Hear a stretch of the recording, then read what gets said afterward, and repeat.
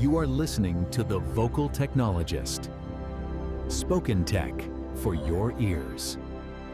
Welcome along. If it's Tuesday, it must be time to tackle the tech landscape again. Yeah. Things move so fast, whether you're deep in microservices or just trying to pick the right front-end tool, it never stops. So today, we've got a pile of interesting stuff lined up, really looking at the cutting edge of engineering. Our job, as always, is to sift through it all, pull out what really matters for you. We're talking about how modern apps get built, how the best teams work together, and some pretty important warnings about jumping onto the AI bandwagon too quickly. Yeah, there's so much out there. And a lot of it overlaps now, doesn't it? Getting the fundamentals wrong, that can really bite you. Performance, security, it matters. We want to help you see those little differences, the things that make for, great engineering. Okay, let's dive right in then. The modern web stack. A place I see developers getting tripped up is TypeScript versus Zod.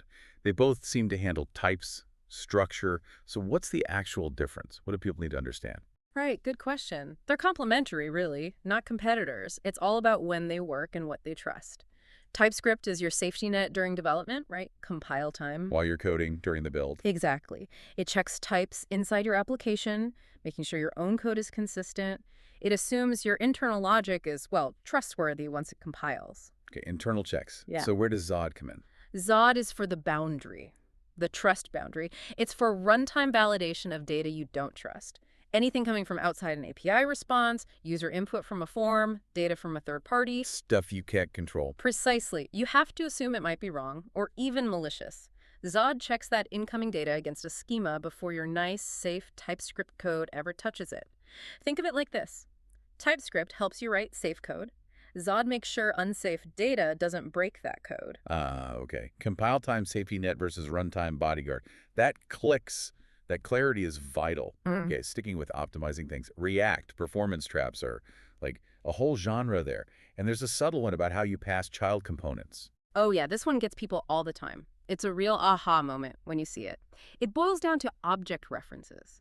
When you put a child component directly inside the parent's JSX, like parent, child, parent. Yeah, standard way. Well, React creates a new object reference for that child every single time the parent re-renders. Wait, even if nothing in the child changed? Exactly. Because the reference itself is new, React just assumes, okay, this must be different, and forces the child to re-render too. Think about lists, complex layouts. That adds up. Okay, unnecessary work cycles. So what's the better way? Pass the component through the children prop. So like parent, children, or more commonly, parent child element. Parent where child element is defined outside the immediate render scope. React then reuses the same object reference for the child across parent renders. Because the reference hasn't changed. Right. Reference equality holds. React goes, same thing, and skips the re-render if nothing else triggered it. It seems small, but it's a massive performance win at scale, a key optimization technique. Yeah, I can see how avoiding creating all those new objects saves work. Okay, that leads nicely into the framework wars, doesn't it? Yeah. Always ongoing. Svelte keeps popping up in performance benchmarks looking really fast. It does, and consistently, too. In tests, looking at creating elements, updating them, Svelte often edges out Angular, React, Vue, even Blazor. Why is that? What's the secret sauce? It's fundamentally different. Svelte isn't really a framework in the same way at runtime. It's a compiler. It does the work up front. Exactly. React Vue, they use a virtual DOM. They have this layer of abstraction running in the browser to figure out what changed and update the real DOM. That takes time, adds overhead.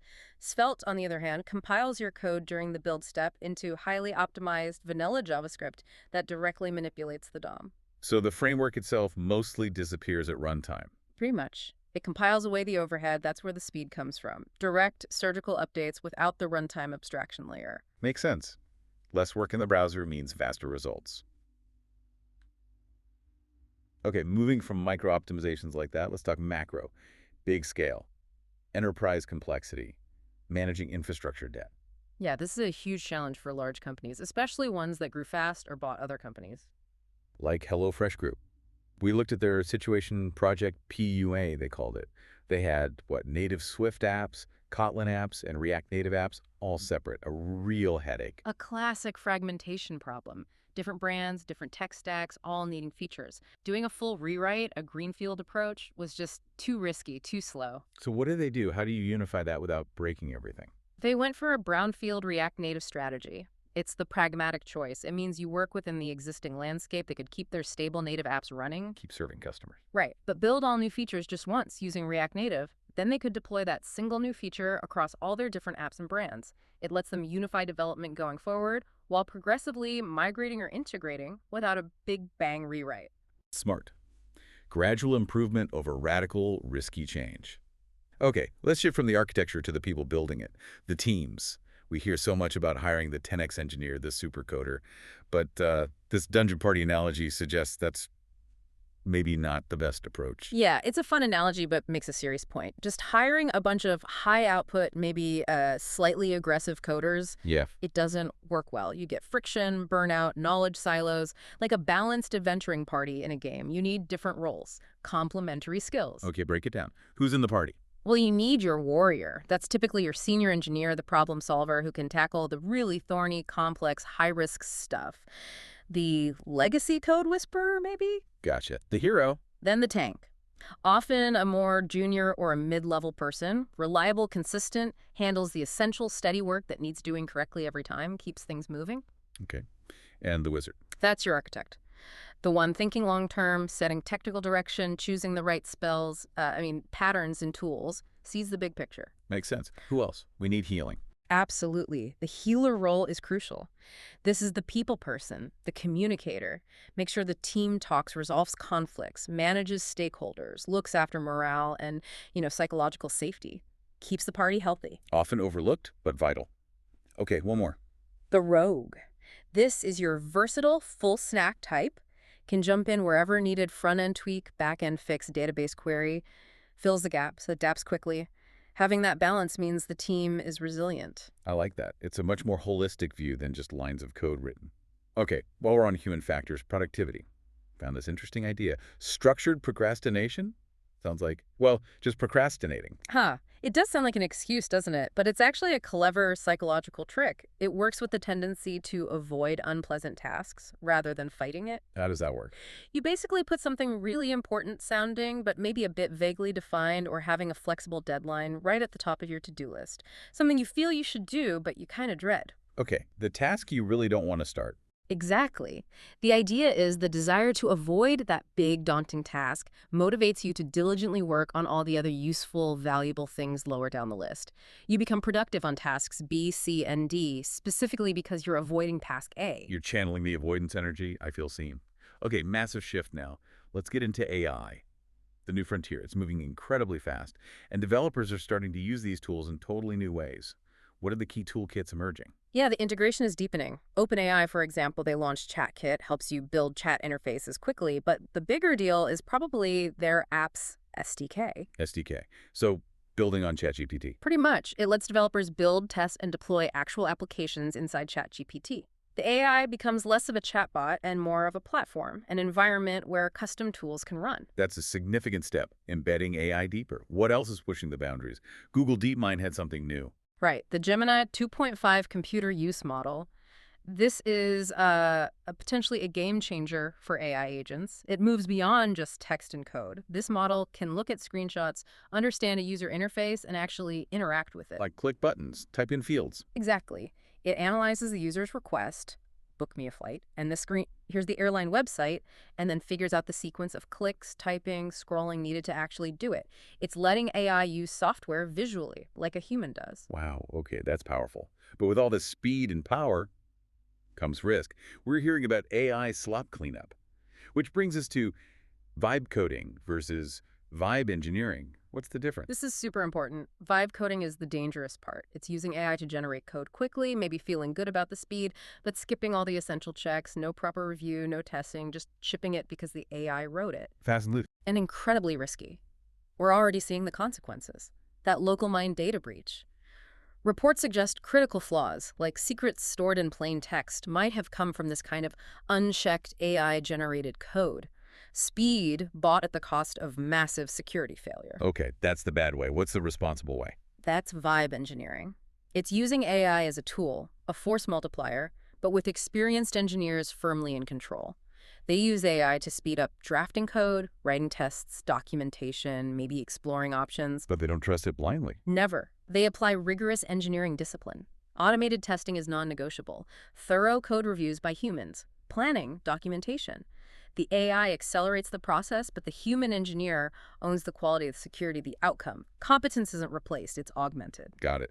AI assists, engineer decides and verifies. So if you are being a responsible vibe engineer using tools like, say, Anthropic's Claude Code, are people using it effectively? We heard maybe not. Often, no. People treat it like a basic chatbot. You type a vague request, you get okay-ish code, maybe? To really unlock its potential, you need to give it much better context. Structure matters. How so? What kind of structure? You need to use things like Model Context Protocols, MCPs.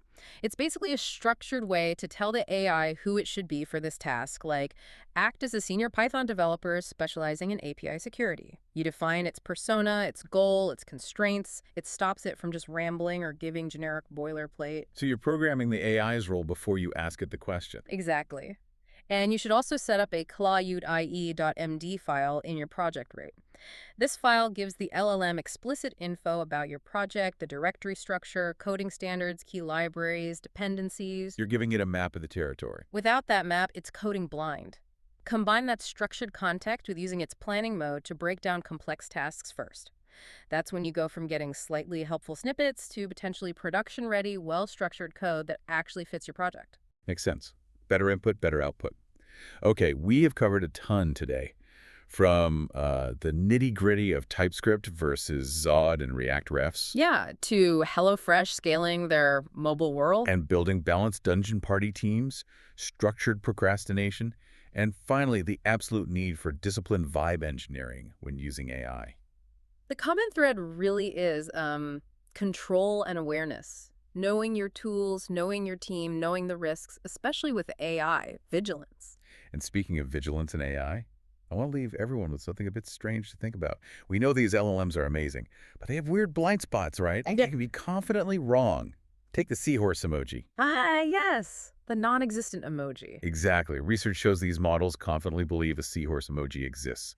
They'll talk about it, they understand the concept seahorse plus emoji, but because there isn't one in Unicode, they can get stuck in loops trying to generate it, utterly convinced it's real. It's like a conceptual ghost in the machine. The statistical patterns point to it, but the actual symbol isn't there, so it breaks. So here's the thought. If an AI can be that certain, that persistently wrong, about something as simple and verifiable as an emoji, what does that imply about its certainty when it analyzes our complex, messy, proprietary code bases? How reliable is its confidence then? Something to keep in mind. Definitely. Apply these ideas, test things critically, and remember the engineer is still the crucial element. Absolutely. We'll talk again soon, maybe next time here on The Vocal Technologist. Spoken Tech for your ears.